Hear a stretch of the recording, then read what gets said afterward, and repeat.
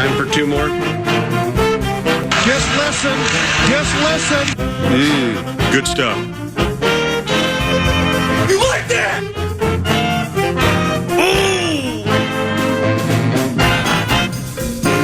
Got too many men out there. Okay, calm down. Hell no, we're going to go to playoffs next year. I'll tell you that right now. The Vikings.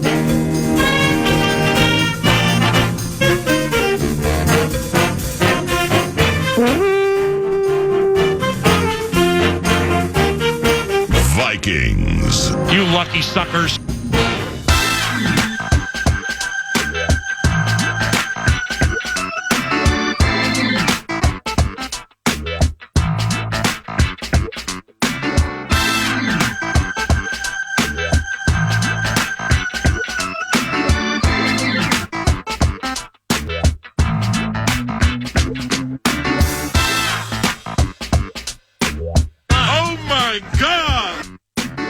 Who's chill? Oh my God! Who? You think it's funny? What, you think that's funny? What in the ham fat is going on with you guys? You lucky ham fat suckers. It's FM 100.3 KFAN. 902 in the neighborhood, and here they come.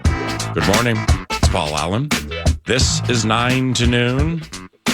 The producer is Mad Producer Eric Nordquist in the Fred Bolitnikoff fax machine meat grinder, trying to find our first guest. And this was a dicey one in the first place. He's venerable. He's amiable. He's affable. And he is football immortality. But he's also at Philadelphia Eagles practice, and the intel was the cell phone signal may be a little sketchy in trying to run down voxing and play-by-play immortality. A man named Merrill Reese. Oh. My man Merrill, he's into his 48th year calling Philadelphia Eagles games. Holy cow. 48 years. On the microphone, boxing Philadelphia Eagles games. It's like Jaworski, play action, fires deep to the right side for Harold Carmichael, and incomplete. Second down. Jaworski takes the snap, hands it to Wilbert Montgomery, and he zips to the left side. First down for the Eagles. Hopefully we can run down Merrill. He's part of the TimberTech What's on Deck set list, courtesy of TimberTech and TimberTech.com. The brief chuckle there is because out of my left eye I can see Mad Producer now working on Larry Zonka's fax machine to find the venerable Vox to begin 9 to noon, which we have a low-key theme today, all right? We are going to dive into flops, folly, Florio, and flow, as in beef flow. Brian Flores and the vain opening press conference he had yesterday, chatting about some comments made by Tua till you're satisfied. Won't answer his phone. Tua. That's all right. That's all right. He's Merrill Reese. He's into his 40. I told you it was the 70. I told Percy. I told you it was the 70-30. He's like, Paul, it would be markedly better if we could do this interview tomorrow. And I'm like, state fair terrorism. Phone interviews are kind of difficult at the state fair. But we will engage with Merrill Reese whenever he is so inclined and the time happens to add up. Don't you think it's kind of fitting? What just happened? I mean, it's like, did he answer? Hello, Eric, and then it started breaking up and everything? No, I wish it had. It rang, so that's the key there. So it feels like signal was okay. Yeah. Could be, left pocket versus right pocket terrorism. Could be in satchel, bag, Oh, wait, he just pocket. wrote. He said, have your producer, Aaron Nordquick, call back. Aaron Nordquick. I miss John in Minneapolis. I hope he's doing well. You know, Merrill having called Eagles games for 48 years. Let's when we get to the less than ballyhoo turnaround to 10, which will focus on the New York Giants today, and I'll properly explain said scenario coming up a little later. There's an Eagles bent to this. Let's see. Danny Dimes sacked 30 times in 6 games last year. Oh, yeah. The 1986 Eagles, Merrill would have been on the mic for this. Somehow allowed 104 sacks through 16 games. Ron Jaworski sacked 22 times. Randall Cunningham got sacked 72 times in one season.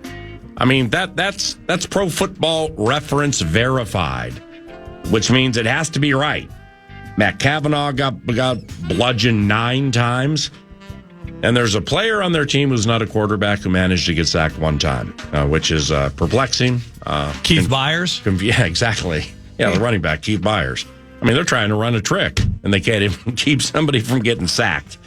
But, yeah, Merrill would have been on the microphone for that. What a brutal season they had that year. Yeah, it looked to be unbelievable. I mean, with all those sacks and everything. I think it's fitting that leading up to a Super Bowl in which he called, and I had found I got the highlight. I was ready to play it. Welcome to the show, Merrill Reese. It's the Philly special. Of course, it's the final play. Tom Brady heaves it into the end zone. They're down 8, and it bumbles around. Gronk has a shot at it. I forget who the other may have been. Amendola. Oh, wow. That dove for it in vain, and it hits the turf. And this one's for you, Philly.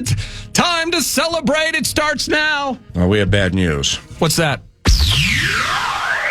Gessling, Alec, Anthony LaPanta, Grimm, and Russo all have scratched from the fair appearances. I always love that one. I mean, it's fair skeleton time of the year, right? It is, yeah. And you know what? We'll do more of it during the final segment. Mm-hmm. Fair skeleton's looking pretty good right now, fairly healthy. Yeah, fair skeleton is strong. It is at the moment. So, but that always there's already. Yeah. We have Bill Guerin joining the show, which creates a scheduling conflict with another person that it took me 3 days to find the right time for. That's just how this works. Got a little snooty with the basketball team. Got some people out of state, and then all of a sudden it was, what do you think about Mike Conley? Hey, we can make that work. Sorry to get a little snooty, but it's the fair skeleton, and we don't want the skeletal remains of the fair schedule for the 9 days, the 7 days, 9 to noon is out there. We don't want it to look like one of those schedules or one of those skeletons that are found in like tombs and pyramids and in Egypt, and it's like got an arm over there and a femur over there and a chin over there and a nose over there. Now we want this skeleton to be of the concise, consistent, and responsible variety. But most importantly, we want to present people at Carousel Park, where 9 to noon cracks open the Fair on the Fam tomorrow at 9 a.m. And PJ Fleck will be there at 11 o'clock for the PJ Fleck Show. So that's going to be super cool. Make sure you stop by and say hello to 9 to noon when you get the opportunity. And the venerable duo is excited to see you. Speaking of venerable and excited, all right, 3-2. 9 seconds left. Eagles by 8. Brady lines them up. He's back again. He steps on. He's hit. He stumbles. He is throwing it deep for the end zone, and it is batted around and incomplete. And the game is over. The game is over. The Philadelphia Eagles are Super Bowl champions. Eagles fans everywhere, this is for you. Let the celebration begin. Hey, Merrill. How you doing, Merrill? It's Paul Allen. Hey, Paul. I am Fine, thank you. And you know what? Let me apologize to you off our text. We just should have done this some other time because you're at Eagles practice, and I felt bad that I asked you to do it. But we start our state fair programming tomorrow, and it's difficult to do phone calls. So it's really kind that you called, but I want to apologize to you. We should have done it closer to the season. Number one, no apology is necessary. It's always an honor to speak with you. So you can call me anytime, night or day, and I will take the phone call. So don't worry about it.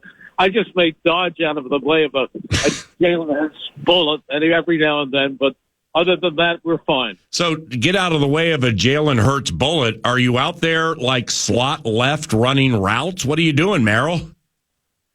Yeah, I'm acting as a slot receiver right now. No, I'm not. I'm on the sideline.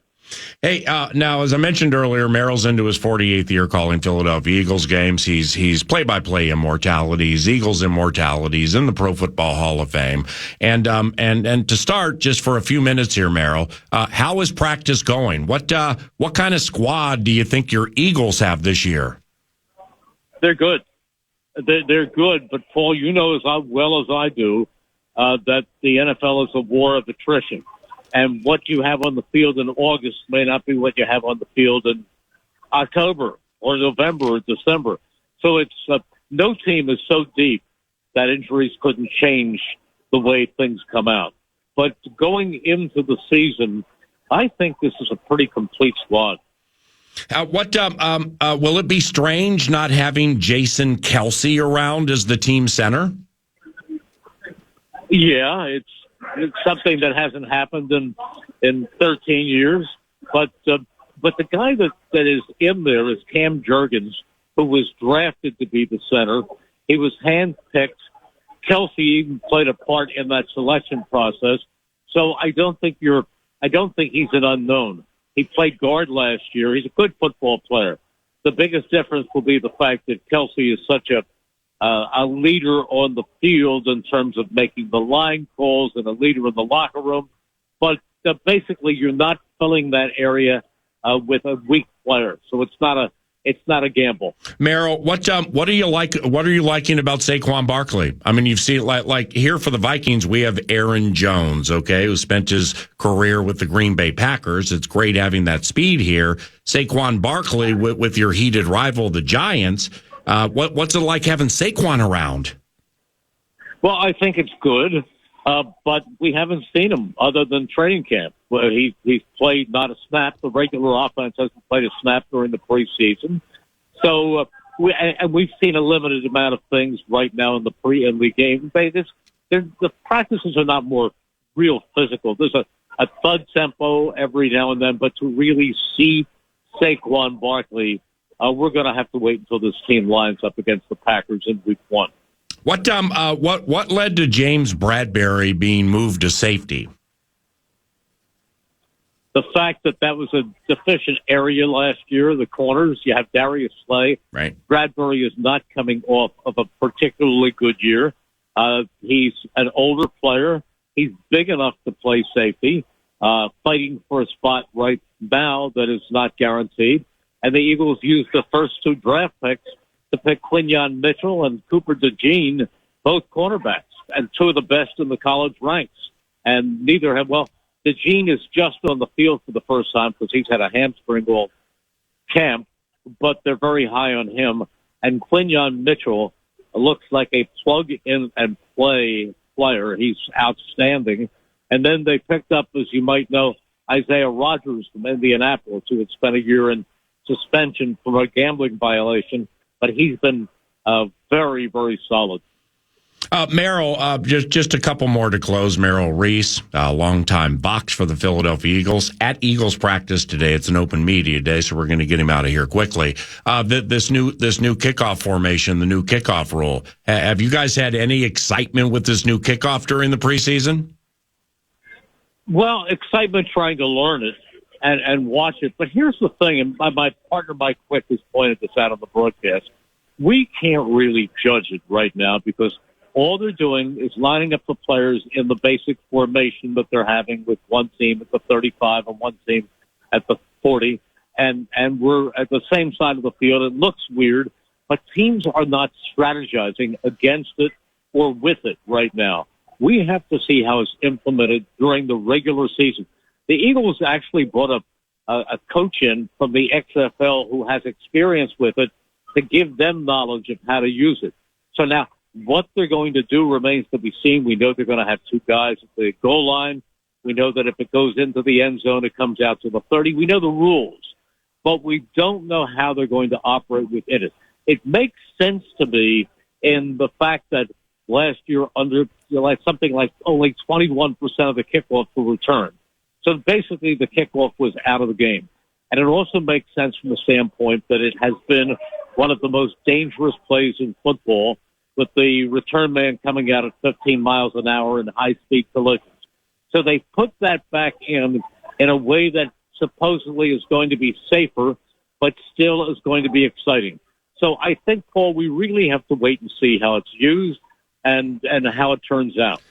So the Cowboys are the team to beat in the division, right? I mean, I don't know what the odds are. I'd make you guys favored. I think and know you're better than the Cowboys over the course of 17, but they're the team to beat, right? And what do you think of the Dallas Cowboys this year, Merrill?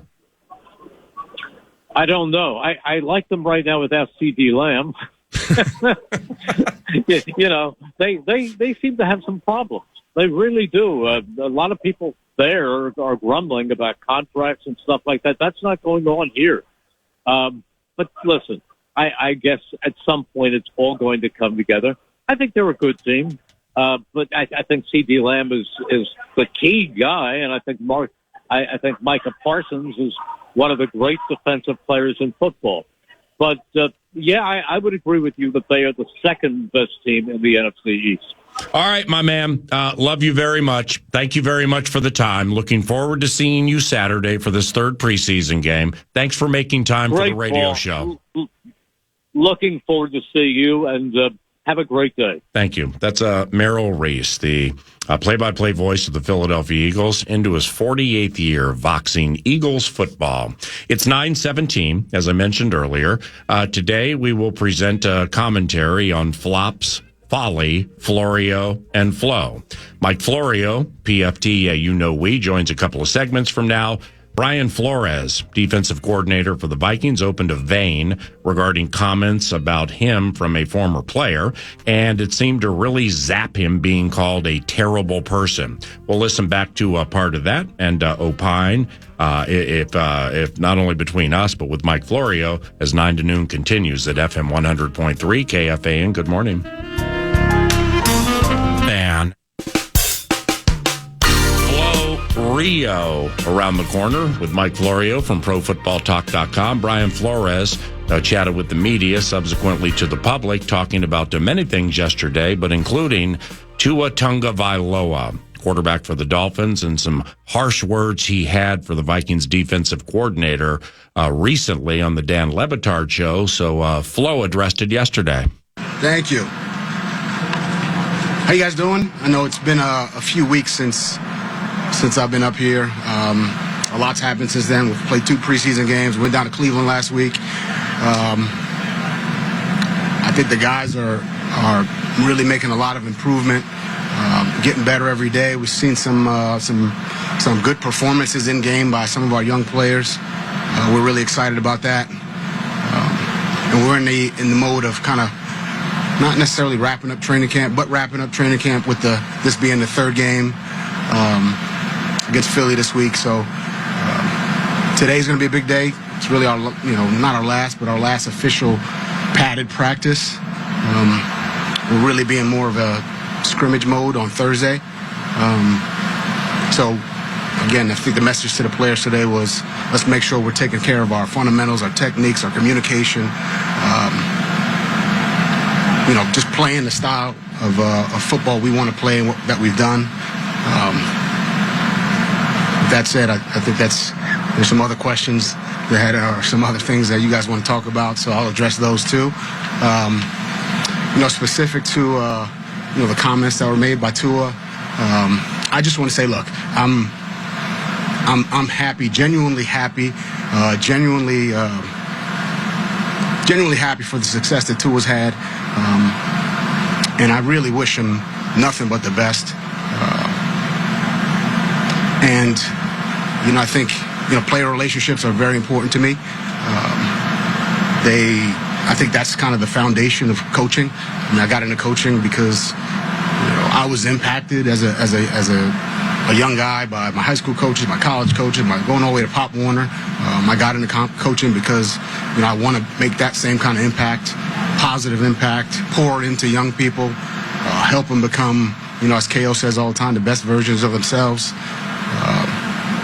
And, that's really my goal always in coaching. So I wish nothing but the best to Tua. Really, more than anything, I'm just focused on the Vikings, the 2024 Vikings, the players we have. We saw a couple of guys up here, just a couple minutes ago, Metellus and HP. I think, their leadership, their friendship is important to me, and I'm just, I'm excited about this group. Did you see the relationship the way that he saw the relationship? Did it resonate at all with you, and you saw what it did? I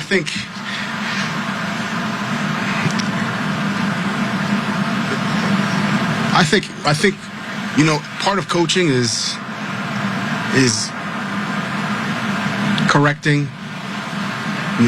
I'm always going to correct. I'm always going to have a high standard. And I think, look, I've done a lot of reflecting and, on this situation and, reflecting on the situation, communication. I think there's things that I could do better, for sure. And I've grown in that way. And I've tried to apply the things that I could do better and the things that I've learned, over the last, 2-3 years. But I would say over the long haul, I've had a lot of great relationships over my 21-year career here in the league. Players, coaches, personnel, equipment, people in the kitchen. I mean, really across the board, I've had a lot of great relationships. I'm going to continue to do that. But I'm also always looking to get better and involved. No different than as a coach, whether it's schematics or personnel or evaluations. I'm always looking to get better. I'm always looking for dialogue in meetings with coaches, with players. I don't care where a good idea comes from. You guys have heard me say that. And, I'm open to getting better. And that's always always my mindset. The words you used were terrible person. I'm just curious how that hit you when you saw it. Look, I'm human. So, that hit me in a way that, I wouldn't say it was, positive for me. But at the same time, I've got to use that and say, hey, how can I grow from that? How can I be better? And that's really where I'm at from that standpoint. Do I feel like, that's me? No. But, how can I grow from that situation and create a world where that's not, the case that anyone says that about Brian Flores? Do you feel compelled to try to get with him at some point, or have you tried? It's gone on 2 years, 2.5 years, whatever. Like, settle to get this off the topic list. No, that's something I've thought about. And maybe when that time is arises or is available, I'm certainly open to that. But I got a lot of other things going on too, as he does. And again, I'm just really focused on the guys here, and the work that we're putting in here. And one thing that as far as feelings and emotions, I think something like this takes away from the guys here and the work that they're doing. We've had 2 games and went to Cleveland. We're talking about something else, and it's important. But at the same time, I'm always thinking about our guys and their improvement, and an opportunity for them to get better, and for me to kind of shed light on some of the things that they're doing when I get up here, and not really be talking about me or situation with me. That's, for me, that's in a team sport. I'd rather be talking about them than myself. receiver position gets coached the same, or does a quarterback need to have different relationship based on who that person is in the organization? I think,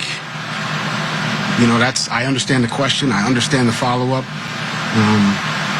But, I'm at a point now where I'm really trying to move forward. I'm really trying to focus on the guys here. I'm always trying to learn and grow and evolve, really in all areas of my life. This is no different. So, I think at some point you got to turn the page, and I think I'm going to do that. I'm going to do that now. At all that maybe this came out? I mean, things like this may happen more than we know outside looking in. Were you a little surprised that maybe it came up? Again, surprised or not surprised, I think it's something that we're dealing with. But like I said, I'd like to turn the page and really focus on our guys. Brian, do you feel like a different coach now than you were back then? I think, look, in all professions, if you're staying the same, you're pretty much, getting worse. So, like I said earlier, I think I've gotten better, improved in a lot of areas.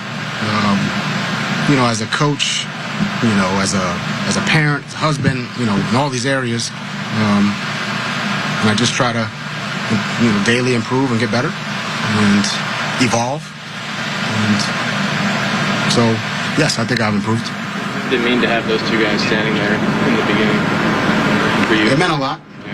I've gotten a lot of support from a lot of people, in this building and, other buildings as well. I was flooded with text messages yesterday. So that's nice. But at the same time, it's a team sport. I don't ever want it to be about anything that's, specific to me. It's not a surprise, specifically in a press conference setting, that Brian turned the other cheek, which is the right thing to do, and taking the high road in this situation is absolutely what he did. Now, the audio that we replayed, that's the first 8.5 minutes of a press conference where he went on to talk a little bit about the defense. And if you watched it, like I did yesterday at Vikings.com, you could hear in certain parts of that interview, because Brian is very calculated. And when Brian, paused, he's not one to rush in and force an answer. So there was a question early in the equation where he paused for like 8 seconds, and then he answered it. You could just tell by watching it, and again, you can see it at Vikings.com, that Brian was emotional. That there were parts of this where you could tell he was hurt, and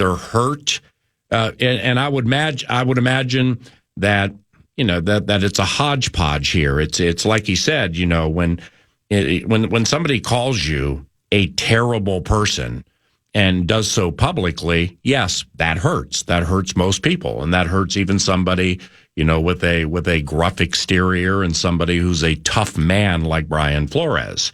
But on the other side of it is how do you handle it? And like when coaches or players will get together with media relations members, they will go over direction and is what are you thinking? What's on your heart? What's on your mind? But in a situation like this, you don't know what questions are coming. So therefore, the will of a hurt person could direct the conversation in a way that nobody sees coming, including the person on the microphone, Brian Flores.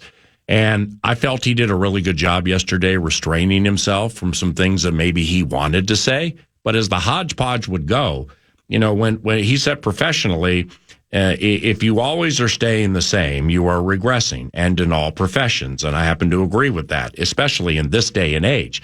So he played off of, he kind of said that, yes, there are some things that I probably should have done differently, but nevertheless, that's metaphorical water under the bridge. And I got these guys to focus on now, and Tua has his guys to focus on now. And we never will know the details of what was said to Tua Tagovailoa, causing him years later to savage the man's character. But Flores got it off his chest and seems to have grown. Well, he said it. I mean, he's grown as a coach and a man. not only throughout multiple decades in the game, through the 4 Super Bowls that he's been part of victoriously, but just overall. And I would imagine that this whole thing is part of it. Yeah, I think, ultimately in the end, we're outsiders trying to judge this. We've heard from Tua, now we heard from him. And it's jarring and it catches you off guard. I think there's an awareness level where coming from Belichick, coming from the Empire, and he gets his first opportunity to put his stamp on a franchise. I think Brian Flores knows, I'm a tough coach. Yeah, I speak very directly. Yeah, I expect certain things, and I disseminate this information in a certain way. But there's a difference, I think, a stark contrast between, ex-player circles. Yeah, Flores was kind of a hard ass. Versus when you have this terrible person talking to you, that would be a jarring moment for him. And it was, I thought he handled it as well as he possibly could under those circumstances. Mike Florio, ProFootballTalk.com is none.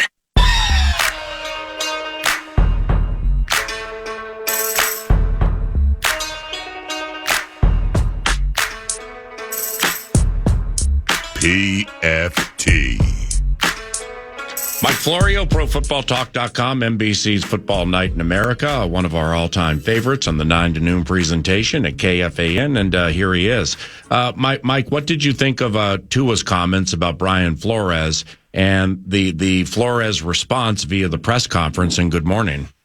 Well, good morning, Paul. I think that Tua's comments were stunning, surprising, biggest story of the week so far. And I wasn't really shocked by the content because following the story back in 2021, it was clear that the relationship was dysfunctional. Brian Flores was fixated, I believe, on Deshaun Watson becoming the next quarterback of the Dolphins. Trade almost happened right before the season started, and then it hovered over the team up until the trade deadline. After the trade deadline, Tua and the Dolphins actually began to play a lot better because that cloud was removed. It was so bad at one point, frankly, I was told Tua had been elected a captain of the Dolphins going into the 2021 season. He declined it. Wow. Because he sensed that at some point Deshaun Watson is going to be the starting quarterback of the team, and he sensed also this lack of support from his head coach. So that part didn't surprise me. The terrible person comment was kind of surprising, kind of unexpected, kind of settling scores, it felt like. Like now that he's got his big contract, he can go back and get back at those who criticized him or beat him down or whatever. And I was impressed by the way Flores handled it. He seemed rattled. He almost seemed shaken, but He was very self-aware, very candid. There was no cliche. There was no coach speak. And I think he gave a compelling response. He didn't deny anything. He didn't say, I never told him you suck. I never told him you shouldn't be here. I never told him someone else should be the quarterback. He seemed to admit that happened and that he's reflected on it, he's learned from it, and he's trying to grow. And look, he's not the first coach to treat a football player like that. The challenge is, I think, to find the right tone, the right approach, the right way to deal with folks who will respond in certain ways to certain things. And I think he misfired in dealing with Tua that way. It didn't bring the best out of him. It, if anything, brought the worst out of him. That's well said. And on we go. And you mentioned Deshaun Watson. I and we got a chance to see Deshaun up close and personal with a couple of joints last week, Vikings and Browns. And, I still just don't know what to think of Deshaun Watson. I mean, how high end of a quarterback do you think he is these days? We don't know. It's all to be determined. Right. It's all something that hinges on what he does this year. He's been injured. He was suspended in 2022. We've seen 12 games from him since the 2020 season when he had 4,800, I believe, passing yards. But for the fact that the team was horrible, he would have been in the MVP conversation. That's the guy the Browns traded for. They haven't gotten it yet. So I think the pressure is on him, more on him than the team, because the team is pretty good. And we talk so much about the money, the 5 years, $46 million per year, fully guaranteed that he got when that trade happened. We gloss over the fact that the Browns gave up 3 first-round picks and 3 other picks to get him. Those guys could have been key members of the organization. They could have been foundational pieces for far less than $46 million per year. So I think that this is the year, and the Browns are going to have a big decision to make. Do they just give him $92 million to go away, less whatever he makes somewhere else? That's what the Broncos did with Russell Wilson, although it was $38 million, not $92. At what point do you just call it and move on? That's something that the Browns are going to need to figure out. And finding a time to, find a line of delineation and determine to move on. I mean, not that that's going to happen with Brandon Ayuk, CeeDee Lamb, or Jamar Chase, and this is available right now at ProFootballTalk.com. It's one of the most recent posts. But as you wrote, time's ticking. I mean, the clock's about ready to hit midnight. What happens here? Well, the key is, when does it hit midnight? And I think that, and although I disagree with this, I think midnight should always be the start of training camp. You don't want a guy holding in and not practicing. You don't want a guy holding out and obviously not practicing. If you're going to pay him anyway, look at what the Vikings did. They got Justin Jefferson paid well in advance of training camp. If they hadn't done it, he wouldn't be practicing. He'd be holding in, waiting for his contract. So you get the benefit of the guy being there, getting ready for the season. And I think some of these teams delay the inevitable and lose the benefit of the guy getting ready for the season. How many times have we seen it when a guy isn't practicing, whether it's because he's holding out or holding in, he's not the same guy? And there have been coaches who have suggested, remember Jamal Anderson after the big year in 98 with the Falcons, he held out and he tore an ACL week 2. And can you really blame the holdout on that? Well, Dan Reeves, the coach of the Falcons at the time, kind of suggested that that's a contributing factor. So it puts pressure on everyone when you do this, because if the player stumbles at all, it's going to be blamed on the fact they didn't get the deal done. It's all about when you peg midnight. Both sides have to agree this is midnight, because if you are off or if you delay it, you can't get it done, because what happens is you go to your bottom line position, the other side says, sorry, we're not, we just drag our feet because it isn't midnight yet. And if you go to your bottom line, you get squeezed off of it when midnight arrives. So both sides just kind of stare at each other until they realize now's the time. And it's coming. I'd say within a week or so, because we got the final preseason game this weekend. The players have a break before ramping up for week 1. If you want these guys on the practice field getting ready to go for week 1, that's when it is. And really next weekend. By next weekend, I think they got to get these deals done, or they got a problem going into the first week of the season. PFT. And ProFootballTalk.com, CeeDee Lamb, Dallas Cowboys. It seems the Cowboys win 12 games every season and get nothing for it. Are you sensing a regression this season and perhaps a Mike McCarthy dismissal? Oh, yeah, absolutely. I thought McCarthy should have been fired after last year. I think it was inexcusable to have that team that went 12-5 and got embarrassed at home by McCarthy's old team, the Green Bay Packers. He said after the game, no one saw this coming. Well, you're the guy who's paid to see it coming. You're the guy who's supposed to study the film and scrutinize the opponent and realize, hey, these Packers are pretty damn good. Maybe we overlooked them, and maybe it's on me. And I was surprised that the Cowboys didn't fire him, although Jerry Jones doesn't like to pay people to not work. That's one of the reasons why he's back. They really haven't made the team all that much better. They haven't gotten any of the deals done that have been lingering for months with Dak Prescott, CeeDee Lamb, or Michael Parsons. Now, they're fortunate Parsons didn't hold out. I think he should have held out. I don't think he should have put foot one, not a toenail, on a practice field until he gets his contract, because he plays a position where the injury risk is a lot higher, and he's getting peanuts this year in comparison to his value. But they haven't done anything to position themselves to go all in, as Jerry Jones said in late July. And I feel like they are going to take a step back. And they got lucky last year. They pulled an inside straight. The Eagles were running away with the division. And then something happened to throw them off, and it gave the Cowboys an opening to steal it. I think they're going to have a hard time winning the division. I think they're going to have a hard time making the playoffs. And then next year, who's going to be the coach? We'll see. Is this Belichick stuff just talk so people will be discussing and scrutinizing the Cowboys, which Jerry Jones loves? Will they go in another direction? What are they going to do with Dak Prescott? There's a lot of questions that are going to be resolved. And, if they're worse than 12-5 this year, if they don't make the playoffs this year, there's going to be some changes in Dallas. What if you're into drama from a story standpoint, and maybe you are, and who isn't, quite honestly, say McCarthy loses his job right in front of the Dallas game at Atlanta. They elevate Mike Zimmer into a game against Kirk Cousins. I mean, how juicy is that? Well, I mean, yes, it's juicy, but it's going to be far juicier that Jerry Jones, for only the second time during his 35 years as owner of the team, fired a coach during the season. The last time was Wade Phillips into Jason Garrett, and Jerry had insisted there's no way he's firing Wade Phillips during the season, and then he did. But, yeah, Zimmer against Cousins, regardless of whether he's the head coach or the defensive coordinator, right.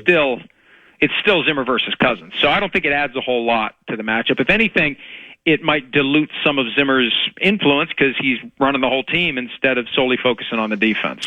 This Saturday, your favorite, the Minnesota Vikings finished the preseason at Lincoln Financial, and Kevin O'Connell is going to be mic'd up from the sideline all third quarter this Saturday at Philly. Are a bunch of teams doing that? And, I know McVay did it, but if so, what do you think?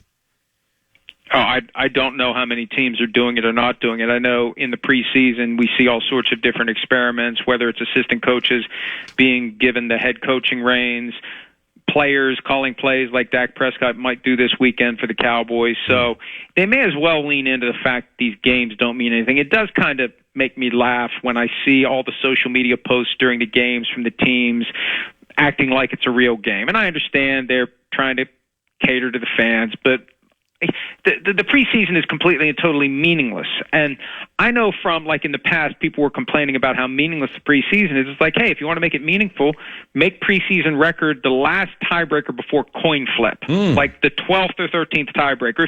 If you want it to have some meaning, if you don't like that it's meaningless, then do that. And people lose their minds about that. So just deal with it for what it is. It's a practice that is done under the lights, with TV cameras. It looks like real football. It feels like real football. It ain't real football, so it gives you a canvas to do all sorts of different things if you want to. Are you watching Hard Knocks, and if so, do you like it? I watched the first 2 episodes. I think it's worthless, and I'm believing that makes the Bears very happy. We saw the offseason Hard Knocks with the Giants, which I thought was bad for the Giants because it showed so much. It revealed so much about the inner workings of a team during a critical portion of the calendar when you're deciding which players you're going to keep, who you're not going to keep, who you're going to try to supplant. I think it created an issue with Daniel Jones by them being so candid about looking for other quarterbacks. I think that's caused the Bears to be even more careful. There was no profanity in the first 2 episodes. I mean, that's not real football. Real life is rated R. You've been around the game enough. I mean, it's just the way people talk. Right. And they actually edited the Jalen Johnson press conference when he was talking about being left off the NFL's player-voted top 100 list, and he dropped a BS bomb or 2, an F-bomb. They made it sound like, and they didn't even bleep it. They made it sound like he didn't even say it. They clipped it right out. So it's a different world from when Rex Ryan was dropping every word you could imagine every episode, and they won every Emmy that they could because of it. And with Rex, it undoubtedly was from head to toe. I always love that one. Caleb Williams. I don't get it. Can you explain? I don't know what you mean. Is he sitting on stardom right out of the gate? Caleb Williams. What do you think?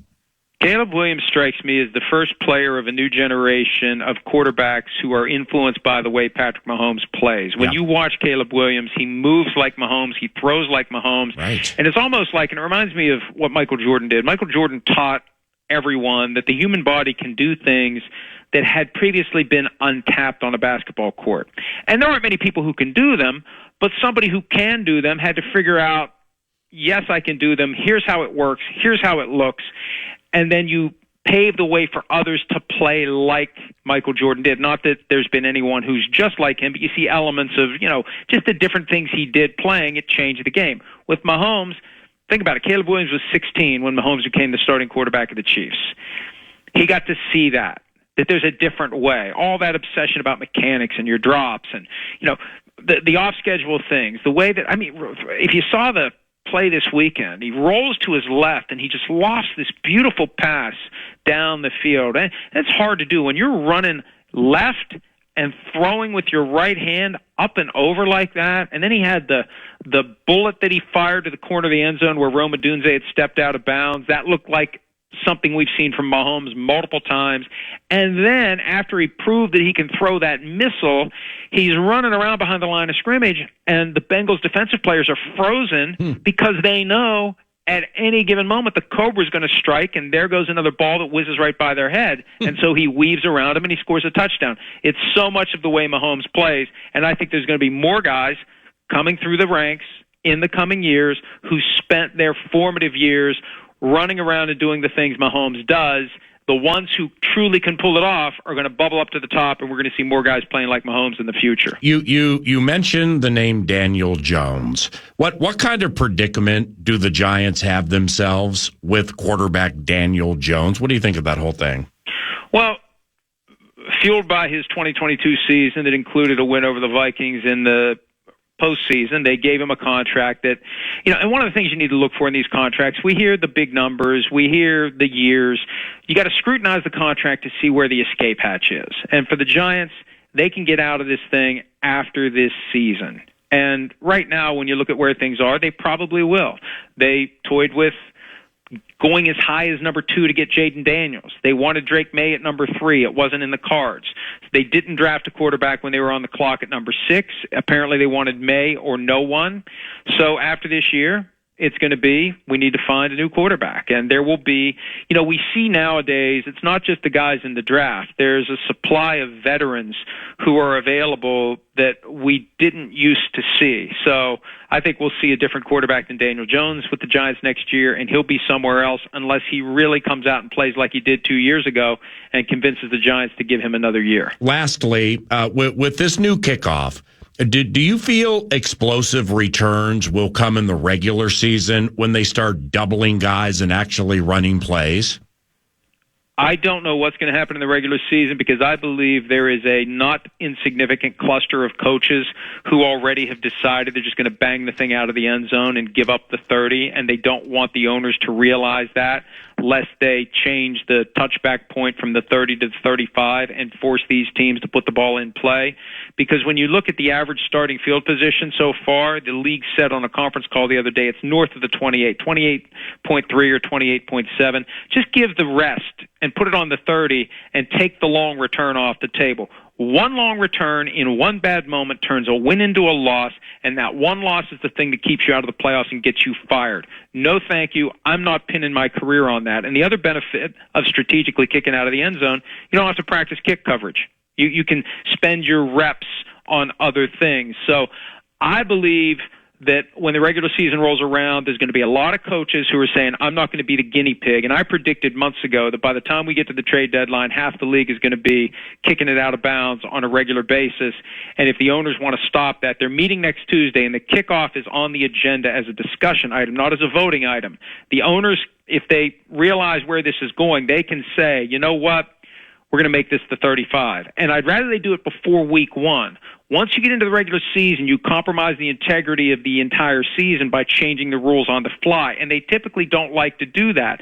But if this dynamic kickoff ends up being a dud and they haven't moved the 30 to the 35 as the touchback point, who knows? Maybe they'll decide in October when they meet for their regular quarterly meeting, we got to do something because we promised all these extra plays and we're just not getting them. The best. Football feast. Have a good week, all right? Bye. See you, bud. Mike Florio, ProFootballTalk.com. That was enjoyable. Vikes bites are around the corner, so don't leave.